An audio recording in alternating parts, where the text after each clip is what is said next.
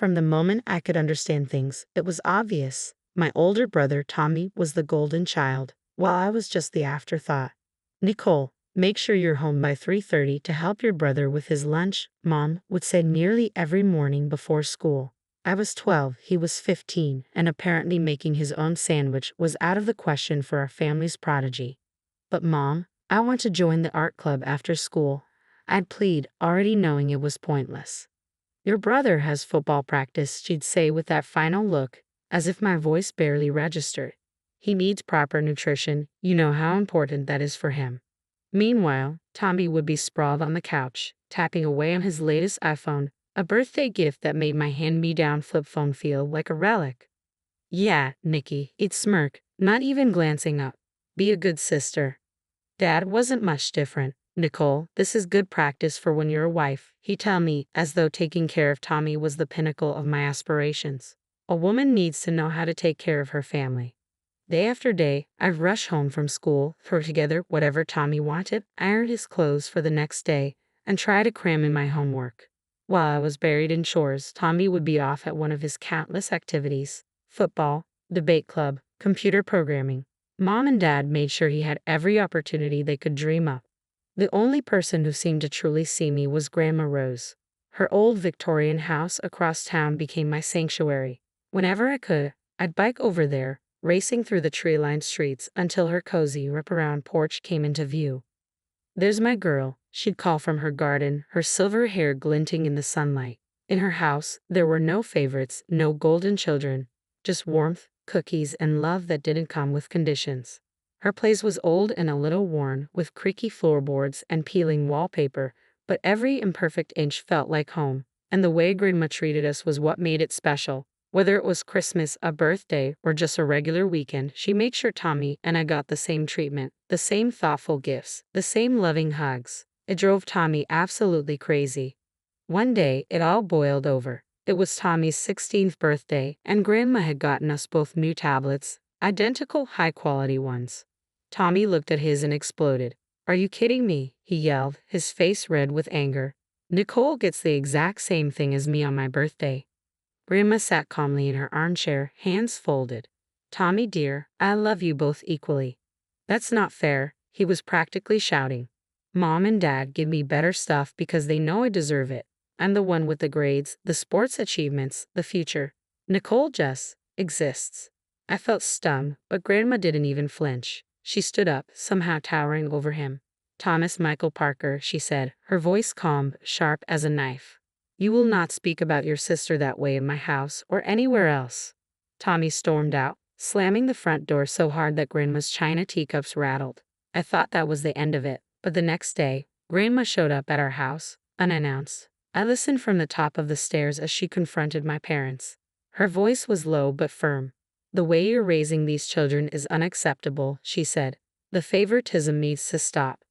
Mom tried to argue, "We're doing what's best for both of them." Grandma's voice was cold. "Is that what you call it? Well, if you want my financial support for their upbringing, things need to change." I could hardly believe what I was hearing. Later that night, I overheard my parents talking. "We can't afford to lose her money," Mom whispered. "We need it for Tommy's college fund." "I know," Dad sighed. "We'll have to play along, give Nicole some things too, keep her happy." Within a week, everything changed. I was finally enrolled in the piano lessons I'd begged for since I was 10. A new iPhone appeared on my nightstand, and my parents even started asking about my day. But it all felt hollow. The next time I saw Grandma, she was in her garden, tending to her roses. She looked at me with a knowing smile. "You know, dear," she said, clippers in hand, "I get detailed reports of how every penny of my support is spent. Your parents seem to be making much better choices lately, don't you think?" It was a strange, bittersweet feeling, realizing that my parents' affection came with strings attached. They ask about my day, attend my school events, and buy me things, but I knew their hearts weren't in it. Their eyes still lit up in a different way when Tommy walked into the room. Eventually, I learned to accept it. At least now, I didn't have to spend every afternoon as Tommy's personal maid. When Tommy graduated high school and got into a university 3 hours away, it was like he'd won the Nobel Prize. Mom and Dad threw a huge party, inviting everyone they knew. Grandma Rose sat in the corner, watching with that knowing look in her eyes. For the first few months, family dinners were filled with tales of Tommy's college life, his professors, his bright future. Then one day, Dad came home waving an official-looking letter, his face purple with rage. Tommy was on academic probation, at risk of expulsion. All those study sessions he'd been boasting about had really been parties. Grandma Rose showed up the next day, angrier than I'd ever seen her. "If you don't get that boy in line," she told my parents, her voice like steel, "don't expect me to pay for another college when he gets himself kicked out." The threat of losing Grandma's support sent my parents into a panic. They drove to the university that weekend. Whatever they said must have shaken Tommy, because when he called home the next week, he sounded different, subdued. For once in his life, he'd had to face real consequences. By some miracle, he managed to pull his grades up enough to stay in school, and he eventually graduated. Meanwhile, I was accepted into the business management program at a nearby college. Grandma paid my tuition, though my parents barely seemed to notice. When I was in college, making the dean's list was celebrated with nothing more than a phone call from Grandma. 4 years flew by, and suddenly, it was graduation day. Grandma was there, beaming proudly. My parents showed up too, but they spent most of the ceremony talking about Tommy's new job. By then, I didn't care.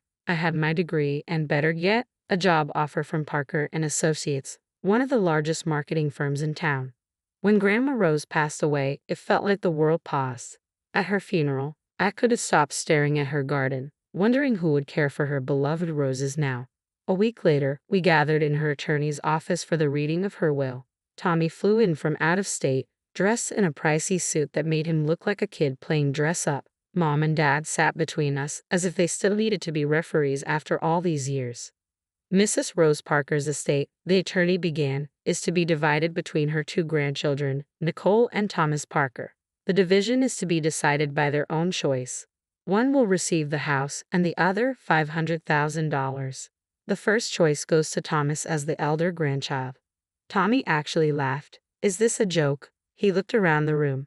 "You really think I'd want that musty old house? I'll take the money. I've got big plans. I'm going to start my own business, show everyone what I can do. Nicole can have the house with all its weird smells and creaky floors." My heart raced. Grandma's house, my sanctuary all these years. "I'll take it," I said quietly but firmly.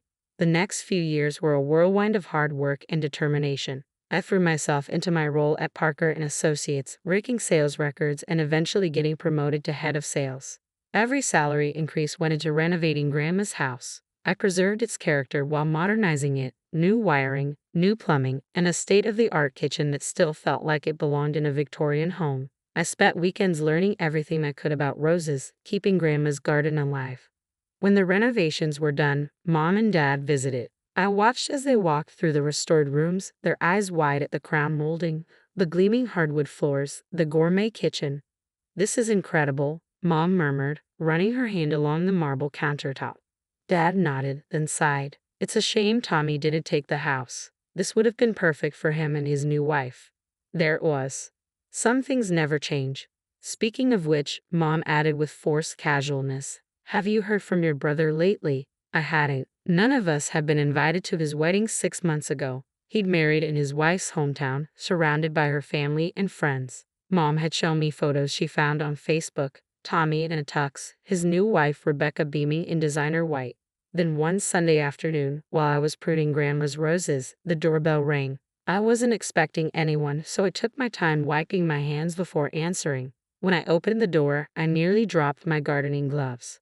Tommy stood there, looking nothing like the successful businessman he portrayed on social media. Beside him was Rebecca, eyeing my home as if conducting an inspection. Tommy gave me a strained smile. "Can we talk privately for a minute, Nikki?" We stepped into Grandma's old study, now my home office. Tommy closed the door, his face desperate. "I need your help, sis," he whispered. "The business, it's falling apart. We're about to lose everything. We had to give up our apartment." He ran a hand through his hair. "Could we stay here for a while? Just until things turn around?" I stared at him, stunned. Tommy had never asked me for anything, unless you counted all those years of entitled demands. But for the first time, I saw my brother, not my parents' golden child. "Okay," I heard myself say, "but only temporarily." The next morning, the doorbell rang again.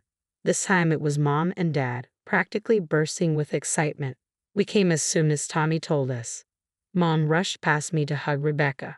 "Oh, sweetheart, we're so happy to finally meet you in person." For the next 2 hours, I might as well have been invisible. I served coffee at Mom's request and listened as Rebecca charmed my parents with tales of her family connections and Tommy's brilliant business ventures. "Nicole," Mom called as I headed to the kitchen, "be a dear and make us some lunch, something nice." Rebecca's used to fine dining.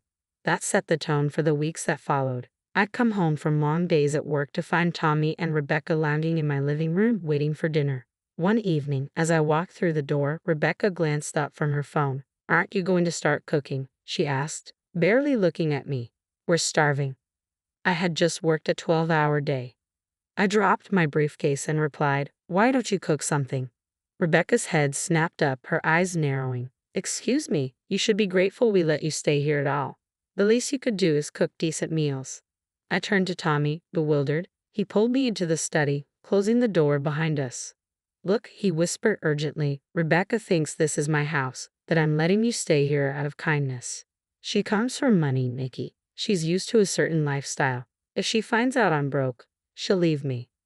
I stared at my brother, once so proud, now reduced to begging me to lie to his wife. "Fine," I finally said. "I won't tell her, but you two need to start treating me with respect in my own home. No more demands, no more attitude. Deal?" "Deal," Tommy said, relief washing over his face. True to his word, Tommy's demands for home-cooked meals stopped. Instead, I'd come home to find takeout containers from upscale restaurants scattered across my kitchen. Rebecca would lounge on the couch, picking at pad thai or sushi, barely acknowledging my presence. I didn't ask questions. I was just glad not to be playing chef after long days at the office. The arrangement worked for a while. They stayed out of my way, and I stayed out of theirs, until I got a call from Mom. "Nikki," she started, her tone sharp, "we need to discuss these restaurant bills. Tommy said you'd cover the expenses at the end of the month. It's almost $3,000. I nearly choked on my coffee. "Excuse me." "Well, you can't expect them to starve.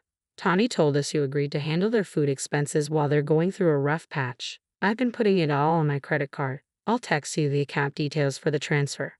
Hands shaking, I hung up and texted Tommy, "Come to me, now." Within minutes, he was in my study, looking nervous. "Care to explain why Mom thinks I'm covering your luxury takeout habit?" I asked, my voice cold. Tommy's face flashed with guilt before he scrambled for excuses. "Nikki, you have to understand. Rebecca has certain expectations. If she knew how bad things were—" "Stop," I said, holding up a hand. "I've heard enough. This ends now." He looked desperate. "Just give me more time. Please, Nikki, I'll figure something out. I promise." I studied him, the brother who'd had everything handed to him his entire life. "Fine. One more chance. But figure out your own food situation. I'm not paying a cent." The next 2 months passed uneasily. I'd come home to find my house in disarray, my evenings spent cleaning up after them. Tommy and Rebecca lived in their bubble, taking lunch with their parents, shopping, and dining out as if nothing was wrong. Then, one evening, I came home early, looking forward to a quiet night with a glass of wine, only to find Rebecca waiting for me in the living room. "We need to talk," she announced, gesturing for me to sit. I raised an eyebrow but took a seat. Might as well hear whatever this was about. "I've been patient," Rebecca began, inspecting her manicured nails. "But enough is enough. From now on, you'll pay us $2,000 a month in rent. That's fair, considering the neighborhood. And you'll resume cooking and cleaning duties." I couldn't help it. I started laughing, loud and unrestrained. Rebecca's face darkened. "What's so funny?" "Rebecca, there's a misunderstanding here. This is my house. I own it. Your husband is staying here because I took pity on him." The color drained from her face. "You're lying?" "Call him," I said, leaning back in my chair. "Ask Tommy who owns this house." Hands trembling, she pulled out her phone and dialed. "Tommy," she snapped, "Nicole is telling some ridiculous story about owning this house. Tell her she's mistaken." There was a long pause, then Tommy's voice crackled through the speaker. "She's telling the truth. It's her house. Grandma left it to her. I took the money she offered me to start a business.